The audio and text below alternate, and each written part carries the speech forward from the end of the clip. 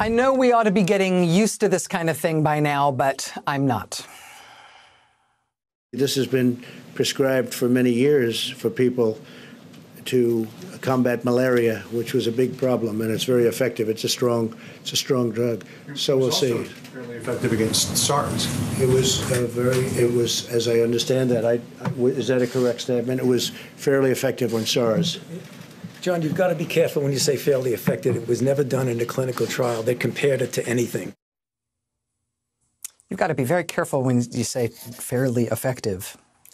President Trump today, again, just flat out wrong in public about this malaria drug that has gotten stuck in his mind quite some distance from the facts. Yesterday, President Trump proclaimed that that drug had been approved as a coronavirus treatment and would be available almost immediately for use. Within moments, the FDA had to clean that up because that is not true at all. It is not at all approved for coronavirus treatment. But the president loves saying things like, you know, there's a drug we've got. It's very effective. It's approved already. Everybody's going to get it. He loves saying things like that because that would be a lovely thing to be able to tell people. Unless, of course, that's not true, in which case telling people a fairy tale like that is cruel and harmful and needlessly diverting and wildly irresponsible from anyone in any leadership role. It's actually wildly irresponsible if somebody said that to you from a bar stool, if any of us could go to bars anymore. But to get that from somebody at the presidential podium? Nevertheless, he keeps doing it. In the weeks leading up to now, we have repeatedly heard claims from the president that the virus was well contained, that it was well under control, that it was going to disappear. Remember that? Like a miracle, he said it was going to disappear. In terms of material, tangible promises, President Trump claimed that we'd have 1.4 million tests available this week. Of course, we've seen nowhere near that. We've done about a tenth of that. Last week, Trump announced that Google was developing a website to help people decide if they needed testing and where they could go to get it. It was going to be very quickly done, he said, unlike websites of the past. Turns out, of course, that website is still in the early stages of development, and currently it's only being tested in one part of California, and it's not even really working just for that. President Trump announced this week that the Navy was sending 2 medical ships, one to New York City, one to the West Coast, to help treat patients. He said those ships would be launched over the next week or so, depending on need. Wrong. That was also wrong. As NBC's Courtney Kuby puts it, quote, it's anybody's guess as to when those ships will come in. One of those ships is currently undergoing maintenance. It has no medical personnel on board. The other one is also undergoing maintenance, and it lacks a medical crew altogether. Remember, the president said it'll be there next week. It won't be there next week. The president has claimed that the government has, quote, massive amounts of ventilators.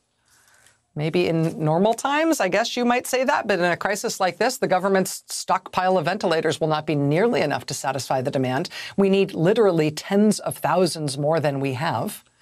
He has said similar things about face masks and other protective equipment for health workers. He told a group of nurses this past week that the government had ordered 500 million N95 respirator masks. He declined to mention that order will take 18 months to fill, if we're lucky. Millions of masks. Don't worry. Oh, nurses, what are you worrying about? Millions of masks are coming. You just need to wait a year and a half before you might.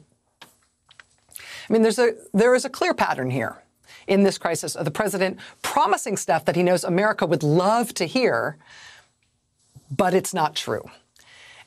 And even stuff that he's saying that he will do, that the federal government will do, he's not doing. And so the specific way in which the president is failing now is clear. We have said from the very beginning, watch what they do, not what they say. That's very, very, very relevant here. And I say this not to vent my outrage or anything. I am over that, frankly, at this point. I'm just saying it because I feel like we should inoculate ourselves against the harmful impact of these ongoing false promises and false statements by the president by recognizing that when he is talking about the coronavirus epidemic, more often than not, he is lying. Even when he's talking about what he has done or what he will do, he is consistently lying and giving you happy talk that is stuff that the federal government isn't actually doing. And it's making people around the country count on the fact that the federal government is doing that stuff when they're not. I mean, there may be other people in the federal government who are saying things that are true, but these daily briefings from the White House are a litany of things from the president that would be awesome if they were true, if they were happening, but they're not. And so the sooner we come to terms with that, I think the better for all of us. If it were up to me, and it's not, I would stop putting those briefings on live TV.